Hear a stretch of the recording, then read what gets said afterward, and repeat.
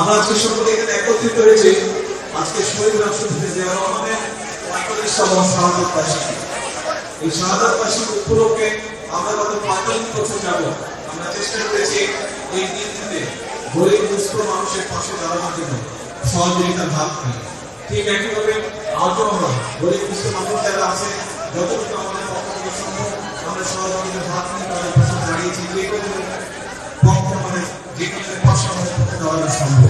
প্রিয় ভাই বোনেরা, শহীদ রাষ্ট্রপতি জিয়া রহমান আমাদেরকে শিক্ষা দিয়ে গিয়েছেন যে আপনার কিভাবে দেশ গঠন করতে হবে, কিভাবে মানুষের পাশে দাঁড়াতে হবে।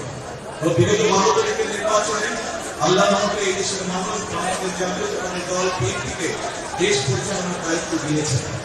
আমরা চেষ্টা করছি আমাদের সর্বোচ্চ শক্তি দিয়ে দেশকে সামনে দিকে এগিয়ে নেওয়ার জন্য। আমরা চেষ্টা করছি আমাদের সর্বোচ্চ শক্তি দিয়ে মানুষের ভাগ্যের পরিবর্তন করার জন্য।